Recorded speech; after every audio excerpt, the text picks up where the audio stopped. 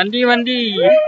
Syedaralun, Rumah Tahanan Negara atau Rutan Kelas 2B Tapak Tuan menggelar upacara kenaikan pangkat pegawai negeri sipil atau PNS yang dilaksanakan di halaman depan kantor pada Rabu 22 Juni 2022. Kepala Rutan Kelas 2B Tapak Tuan, Sofian SH, menyematkan tanda kenaikan pangkat kepada 7 orang pegawai. Mereka adalah Depri Aditya dari pangkat atau golongan pengatur 2C menjadi pengatur tingkat 1-2D. Selanjutnya, Fadulun Nas, Syamsul Bahri, Rahmat Varian Dapona, Muhammad Saifuddin, Fauja Rosmawati, dan Fandi Juliansyah masing-masing dari pangkat golongan pengatur muda 1 menjadi pengatur muda tingkat 1-2B.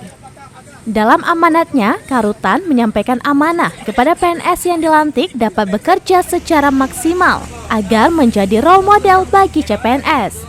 Sofian juga menyebutkan kenaikan pangkat merupakan hak setiap ASN atas pengabdian dan dedikasi kerja serta diharapkan agar bertanggung jawab dalam mengemban amanah.